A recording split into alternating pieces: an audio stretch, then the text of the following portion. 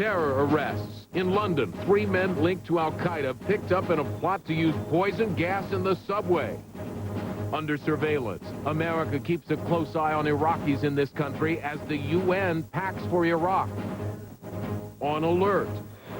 Will U.S. airports meet the deadline for screening all baggage?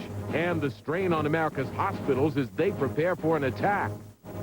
In depth, new interest in houses as mortgage rates drop again, bringing more buying, refinancing, and worry. And Papa's Papers. Ernest Hemingway's Cuban hideaway is finally open to American researchers for American help. The Cubans are quite insistent that they own him, and that's fine with me, so long as they will share him. From NBC News World Headquarters in New York, this is NBC Nightly News with John Siegenthaler. Good evening, everyone. There are new developments tonight in the war on terror. Officials in London have arrested 3 men in connection with an alleged plot to release cyanide gas in the London subway. The 3 are believed to be linked to Al-Qaeda. While in this country there are new concerns about potential terrorists who may be aligned with Saddam Hussein. NBC's Nora O'Donnell has the latest from the White House tonight. Good evening, Nora. Good evening, John. Tonight, a senior official says the U.S. has had intelligence information for the past several weeks that terrorists with links to Al-Qaeda may have been planning an attack in London using poison gas. U.S. and British officials tell NBC News they believe that 3 North African men were planning to release cyanide gas in London's subway station during rush hour. Their plot thwarted before any harm was done. The 3 charged under Britain's Terrorist Act are set to appear in court on Monday. Officials here are hailing it as one more victory in the worldwide war on terrorism, despite the release this week of a tape from Osama bin Laden suggesting the mastermind of the 9/11 attacks is still alive and planning more attacks. After criticism from Democrats in Congress this week, I think we have to question whether or not we're winning the war. We haven't found bin Laden. President Bush today launched an offensive claiming progress in his radio address. We have captured and interrogated thousands of terrorists, while others have met their fate in caves and mountains in Afghanistan. And NBC News has learned the Bush administration is beefing up efforts to protect the homeland. Concerned about potential backlash from a military campaign against Iraq, the government is now tracking thousands of Iraqi Americans and Iraqi citizens living in the U.S. Concerned they may launch terror attacks on U.S. soil. I believe that there are people that are either Iraqis or Iraqi sympathizers in this country that could possibly do damage to us in the event of a war. The surveillance is not unprecedented. America closely watched Iraqis in the U.S. during the Gulf War. But officials say this time it's more aggressive, involving the Pentagon, the FBI, the CIA, immigration, the State Department, and the National Security Agency, which eavesdrops on communications around the world. Arab American groups are protesting the action. This is profiling, and it shows a racial discrimination and religious discrimination. Today, a U.S. official defended the action, saying it's not profiling. In the words of this official, Americans simply need to know that America is doing everything it can to protect them. John? NBC's Nora O'Donnell at the White House. Nora, thank you. While the UN weapons inspections team prepares to land in Baghdad, there was another incident in Iraq's southern no-fly zone today. After Iraqi forces fired on U.S. and British warplanes, the Allies returned fire, killing 7 Iraqis on the ground. As NBC's Ned Colt reports, Iraqi officials also launched another verbal attack on the U.S. Iraq's deputy prime minister tonight promising to cooperate with UN weapons experts and lashing out at Washington, pledging inspections will finally prove Iraq weapons-free. We're going to expose the truth. The Americans are worried because the truth is going to be exposed, and their lies are going to be exposed. As Aziz spoke, UN inspectors were preparing to return to Baghdad after pulling out 4 years ago because there was no cooperation. An advanced team in Cyprus today packing computers and radios. In Austria, it's radiation detection equipment. Nuclear weapons experts eager and ready to get back to work.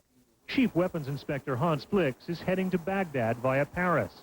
He's urging Saddam Hussein to comply with the tough new UN resolution on arms inspections to avoid war. And he's warning Washington and others he won't tolerate spies on his teams. I don't think neither the KGB nor the CIA could give that absolute assurance. All I can tell you is that if I see someone having two hats, then I'll ask them to walk out from us. In Baghdad, Saddam Hussein on the defensive. A news anchor reads an 8-page letter from Saddam to Parliament explaining his acceptance of arms inspections to spare Iraqis war.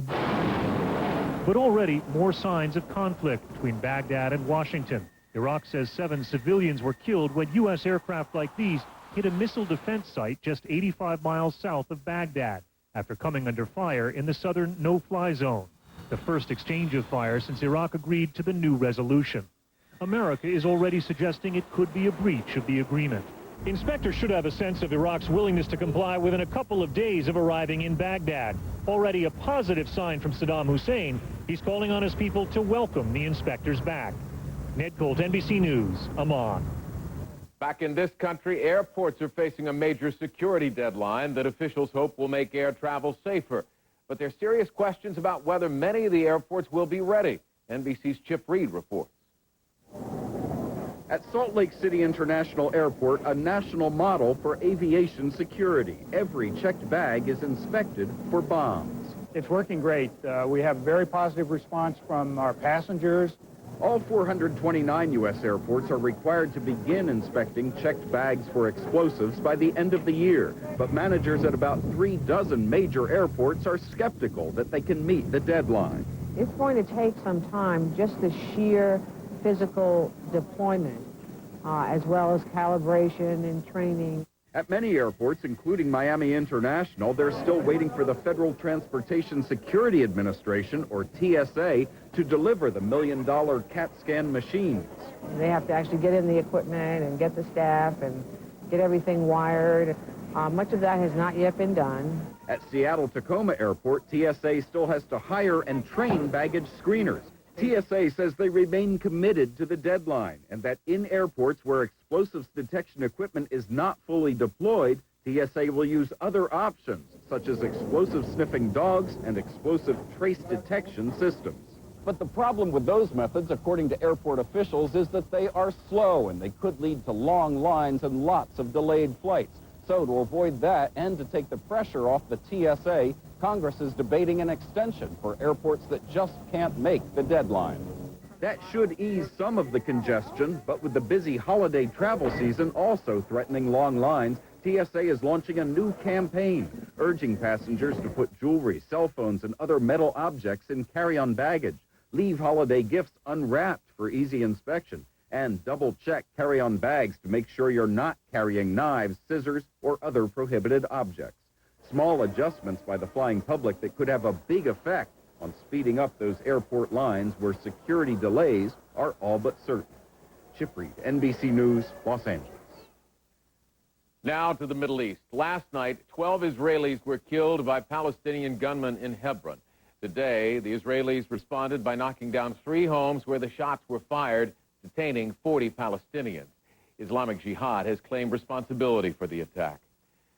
Despite the growing Middle East conflict, there are still places where Israelis and Palestinians get along. One of those places, Kibbutz Metzer. As NBC's Tom Aspel reports, that goodwill was tested last week by the murder of an Israeli mother and her 2 children. Kibbutz Metzer sits tight against the border with the West Bank at the narrowest part of Israel. Metzer always enjoyed good relations with neighboring Arab villages. In 50 years, there was no real trouble here. Somebody will come to steal bananas, somebody will try to steal a cow, things that neighbors witness all over the world. But last week, terror and grief came to Metzer.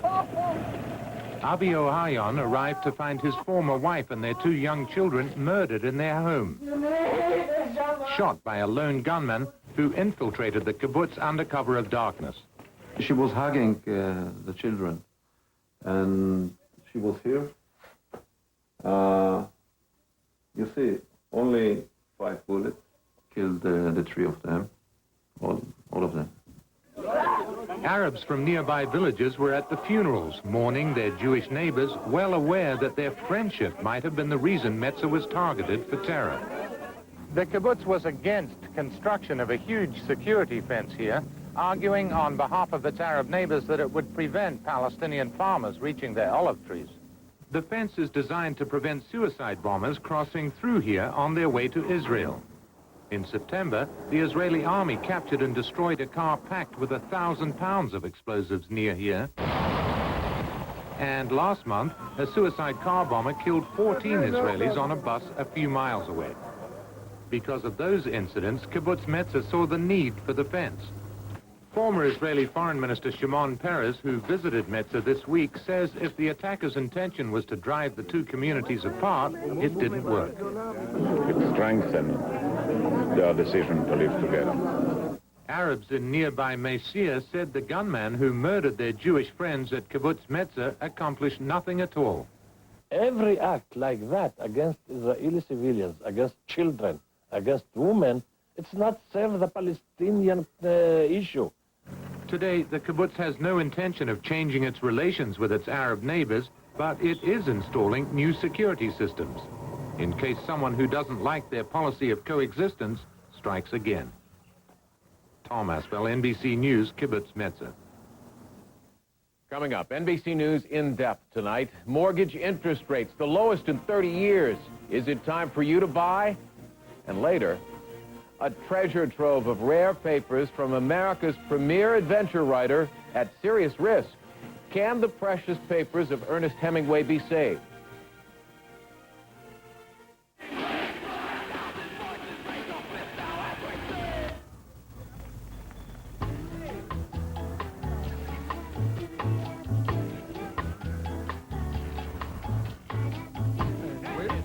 Looking for parental controls that work harder? Introducing MSN 8, where advanced Microsoft software helps protect your kids with more flexible controls you set, controls AOL can't match. It's better with the Butterfly. Call 866-TRY-MSN 8. Right now, you can get 50% off all lenses at LensCrafters. 50% off every lens we carry, even featherweights and no-line bifocals. No hidden costs or catches. People should definitely not miss this. Hurry, LensCrafters offer ends soon. There are over 16,000 nursing homes nationwide. 7,800 are better at helping people walk after surgery. 4 are close to Kathy Speck's home. Introducing 1-800-MEDICARE, your source for healthcare information. We'll help narrow your search for nursing homes so you can find one that's right for you or a loved one. Kathy helped her mom choose one that had her playing hide and seek by her birthday. From comparing nursing homes to finding supplemental insurance programs, call 1-800-MEDICARE. I offer you the car of tomorrow. It has the ride of a luxury sedan, the seating capacity of a minivan. What's a minivan? And capabilities of an SUV. SUV? Oh, did I mention the compartments for your laptop and your cell phone?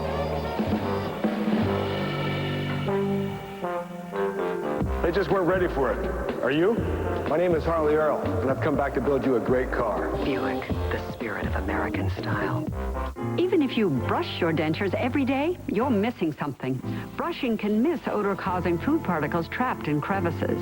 Polydent with more polyvescent power scrubs out what brushing misses. Polydent every day for better odor control.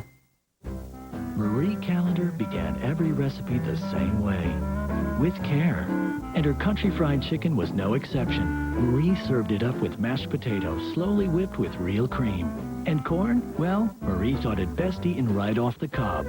Marie Callender put her heart into everything she made. And to this day, we're still making it Marie's way. Marie Callender's country fried chicken dinner in your grocer's freezer. Made with the care of Marie. NBC News in depth tonight. The cost of borrowing money for a home hit a 30-year low this week.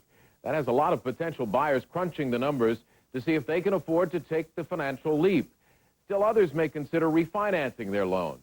But with housing prices still so high and the economy stuttering, many wonder if the risk is too high. NBC's Ann Thompson has the story. With the second child on the way, Deirdre and John Fulgini are on the hunt for a bigger house. This is a good sign. Hoping to take advantage of record low interest rates. Given the interest rates and given the point in our lives, we think it's probably a good match and a good time for us to move into a new house. The national average rate for a 30-year fixed mortgage now back under 6%, driven down by the Federal Reserve's unexpectedly large rate cut last week. Mortgage rates are down now to the lowest level since the mid-'60s because the economy, while growing, is still very weak. The housing sector, a pillar of strength as the economy struggles to grow. Sales of existing homes on track to reach a record 5.4 million this year. The median price jumping nearly 30% in the last 5 years, fueling fears of a bubble. The major reason is that housing prices are very high in certain parts of the country, and they've grown much faster than incomes. The worry is that if prices keep rising much faster than income, fewer people will be able to buy, slowing demand and causing prices to fall. Deirdre and John wonder if they buy now, are they buying at the top of the market? There certainly are concerns. Are we paying too much? Will the market go down? Economist Carl Case says it may not. When demand drops, prices don't fall necessarily. Properties stay on the market longer because sellers hold out. So pricing holds up. Current homeowners taking advantage of lower interest rates, too, refinancing their homes, accounting for nearly 6 out of 10 new mortgages this year, as Americans seek to lower payments and put more cash in their wallet. The Pulginis considered refinancing, but want a new house instead, counting on lower interest rates to give them a home with room to grow. Ann Thompson, NBC News, New York.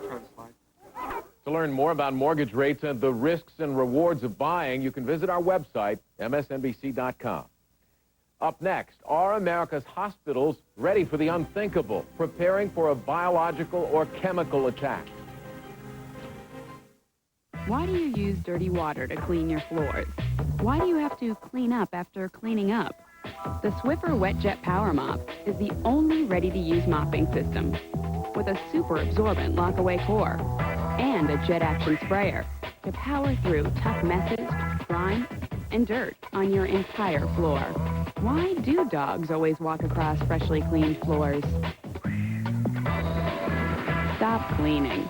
Start Swiffering. What's as gentle as Senecot natural vegetable laxatives? With 100% natural Senna, Senecot tablets offer overnight relief from occasional constipation gently. Senecot works gently, works overnight.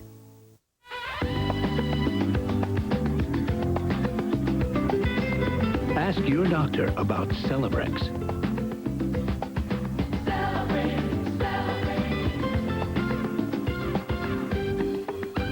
For the best lobster, you could go to Maine. For the sweetest shrimp, you could go to Key West. To get both at the same time, just come to Red Lobster. We've got a juicy Maine lobster tail with succulent shrimp together for just $12.99. Now at Red Lobster. Question: how can you tell if a whitening toothpaste is whitening? Arm & Hammer Advanced White guarantees whiter teeth. But how can you tell? The Whitening Guide. Just 1 tube. 3 shades whiter. It has the same kind of cleaners dentists use. And the baking soda, the good stuff. Gets down in there and gets out stains like nobody's business. 3 shades whiter, so you feel like fresh from the dentist clean. Whiter teeth, guaranteed. End of story. This is serious dental care, so you can have more fun with your mouth. I've had nothing but airline pretzels all day. Well, relax. I'll make us some chicken and starch. Condensed soup? Sweetie, now that you have your own place, you deserve to eat like a grown-up. There's a better tasting soup. Progresso chicken noodle? All white meat chicken and bigger pieces of vegetables. See the difference? This is way better, Mom. Imagine that. Mom. I'll quit on my head. It's time to go to the better taste, the Progresso. In the war on terror, the front line may be our nation's hospitals as the first place where evidence of a bioterror attack will be seen. But will hospitals be ready? Here's NBC News medical correspondent Dr. Ian Smith. St. Vincent's, the hospital that treated most of the victims injured on 9/11. Now perhaps the country's most prepared. Decontamination showers at the ready. Protective suits for emergency staff. Specialty kits to handle biological weapons. We feel we're probably as ready or more ready than anybody else, as well as anyone can deal with it. I think no matter how ready you are, it's going to be difficult. We will focus on some of the smallpox issues. In New York, a weekly meeting of emergency officials planning a response to a bioterror attack. I think we've done a very good job, however, of increasing the knowledge base and the vigilance that's needed in our emergency departments to ensure that we identify these events when they occur. But according to a report released last month by the Council on Foreign Relations, medical personnel still don't have enough training to diagnose and treat diseases caused by biological agents, and hospitals lack the specialized equipment needed for the early detection of disease. Dr. Erwin Redlener sits on 2 national task forces for bioterror preparedness. A hospital will say, we're ready, and I'll say, well, how many decontamination units do you have, and how many people can you handle over a couple of hours? And it's a handful. The lingering questions, what does it mean to be completely prepared? And is this even achievable? One of the major problems, money. On average, only $40,000 per hospital this year for all the emergency preparations and training. What many experts are calling only a drop in the bucket. Big strikes in public places could mean thousands of desperately sick patients. The most prepared hospitals with only a few isolation rooms. We're never going to be 100% ready for every possible kind of attack. And what we have to do is get ourselves to a place where we're comfortable saying that a moderate-sized attack we could do pretty well with. But experts agree that much more still needs to be done to get there. That means less red tape, more cooperation between hospitals, and more money. Dr. Ian Smith, NBC News, New York.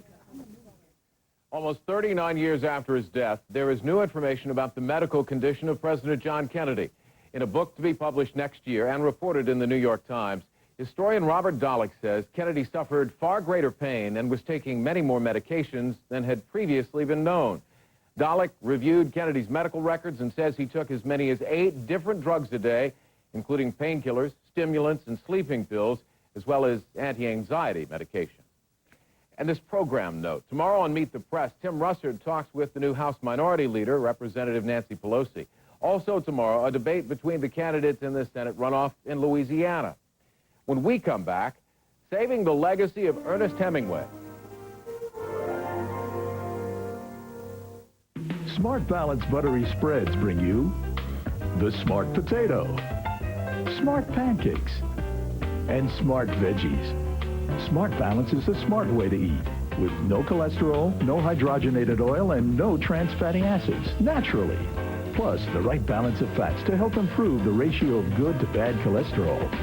And don't forget Smart Balance sensational taste. Try delicious Smart Balance Buttery Spreads.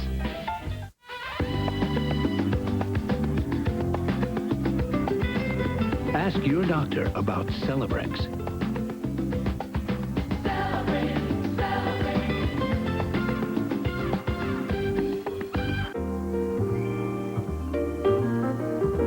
Just imagine what the world would be like if everyone had Farmers Insurance to get things back to the way they were. Farmers Insurance gets you back where you belong. Way cool. Way to my heart. Talk this way.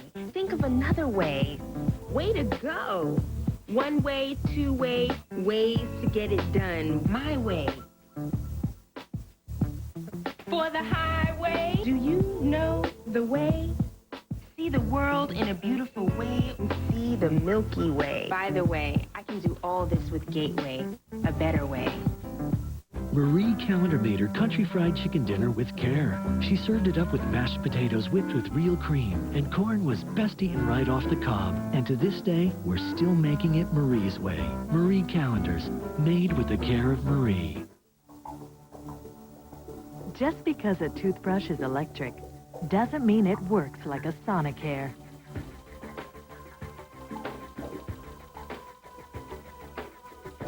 It has patented sonic technology. Sonicare gets your teeth whiter and healthier in just 28 days, guaranteed. See for yourself or ask your dental professional about the Sonicare difference. Sunday, one-on-one with the first female House Minority Leader. Plus, with one Senate seat left, Louisiana's contenders square off in a Meet the Press debate. If it's Sunday, it's Meet the Press. Shania talks to Katie, a primetime special, NBC November 26th. Now to preserving literary history. A historic agreement was signed this week between Cuba and the United States to give American scholars access to a gold mine of the writings of Ernest Hemingway, who spent a third of his lifetime in Cuba. NBC's Jim Avila tonight on Papa and His Papers. Finca Vigía, Ernest Hemingway's villa in Havana. Glenn Miller on the phonograph, 50-year-old rum bottles at the bar. And today, 40 years after his death, the spirit of America's premier adventure novelist still felt in the home where Hemingway lived half his adult life. You can so easily imagine Hemingway living there, a wonderful open place. From the top story of the tower, you can see all over Havana. But that open-air lifestyle in the humid winds of Cuba now threatens the valued collection left here when Hemingway traveled stateside for medical treatment just a year before dying at his own hand. The conditions in Hemingway's house in Cuba are about as bad as they could be for paper. There's heat, there's humidity, there are bugs. This huge trove of material is in serious danger of physically deteriorating. It's not that the Cubans haven't been making a monumental effort. Look at the closet. Even his clothes are still in the same place. Hemingway's boots are still on the shelf. But of course, some things preserve better than others. And Hemingway had a house filled with trinkets, some 9,000 books, some 3,000 photographs, all of them slowly deteriorating in a tropical climate. But now, in a rare cross-cultural agreement, Hemingway historians from the United States, backed by a $75,000 grant from the Rockefeller Foundation, will help scholars preserve, microfilm, and study the Cuban Hemingway papers, some kept secret and locked in a humid basement of Finca Vigía for decades, called an archival emergency by scholars. We were shown, for instance, a paragraph that was circled with a note in Hemingway's hands. The words, "across the river and into the trees," come in this paragraph. And he mentions in the margin that this is where he got the title from the book. Well, that's a priceless treasure. Also in the basement, rotting away, an alternative ending to For Whom the Bell Tolls, a famous and long letter to his fourth wife, Hemingway complaining about her conduct, and early proofs for The Old Man and the Sea and Death in the Afternoon. This is the last frontier for the study of Ernest Hemingway. This is Franklin Roosevelt, David. The Cubans treasure Hemingway as much as Americans. They call him Papa. Fidel Castro has a picture of him on his desk. In fact, that has been part of the problem. Cuba suspicious that American scholars will not just study, but steal the documents. This is the dining room. The Cuban curators constantly point out that he lived in Havana longer than he lived in Oak Park, Illinois, Key West, Florida, or Ketchum, Idaho. Hemingway is a Cubano y Americano, see? Más Cubano, huh? More Cuban, he says. And the American scholars make it clear this is a joint effort. The Cubans are quite insistent that they own him, and that's fine with me, so long as they will share him with us. An American icon, writer, adventurer, expatriate. Ernest Hemingway's spirit still living and soon to be preserved in Cuba. Jim Avila, NBC News, Havana. That's NBC Nightly News for this Saturday. Thanks for watching. I'm John Siegenthaler in New York. I'll see you back here again tomorrow night.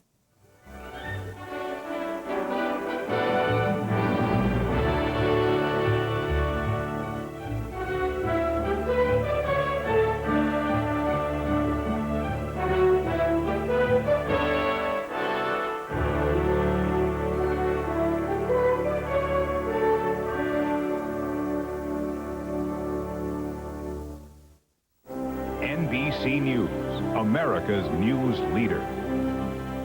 Sunday, holiday makeovers. We picked 3 from our crowd, and it's time to see the results. Plus, the Harlem Globetrotters work their magic. Only on today on NBC. An exclusive Dateline Tuesday. The McCoy septuplets turn 5. Our once-a-year visit with your favorite 7. Who is the naughtiest?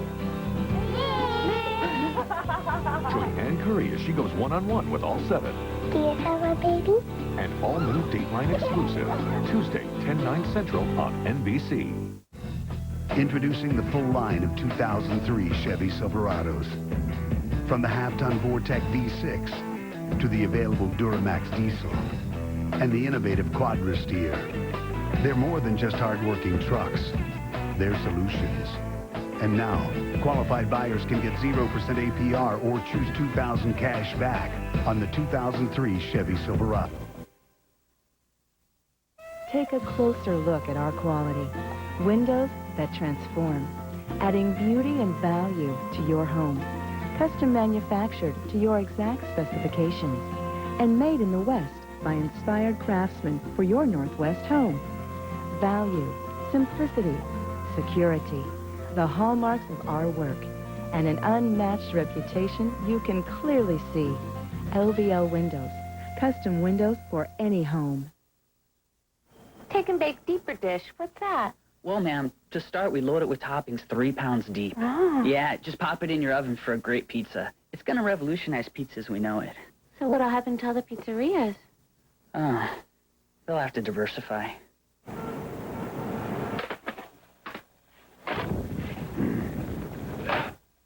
And now try our traditional deeper dish pizza for just $7.99. From our kitchen to your oven, Papa Murphy's Take and Bake Pizza, a fresh way of making pizza.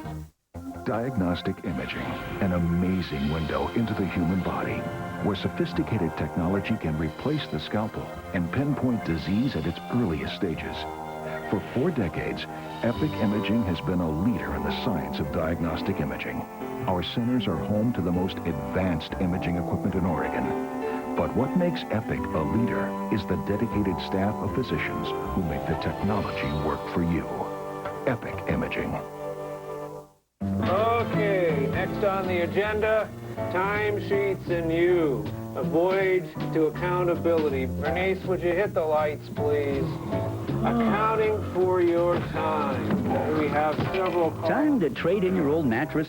Right now at Mattress Gallery, your old trade-in's worth up to $100 off selected new mattresses from Simmons, Sealy, Stearns & Foster, and Chatham & Wells. There really is money in your mattress, so trade in and save today. The Mattress Gallery. Testing your drinking water. The results Monday at 6.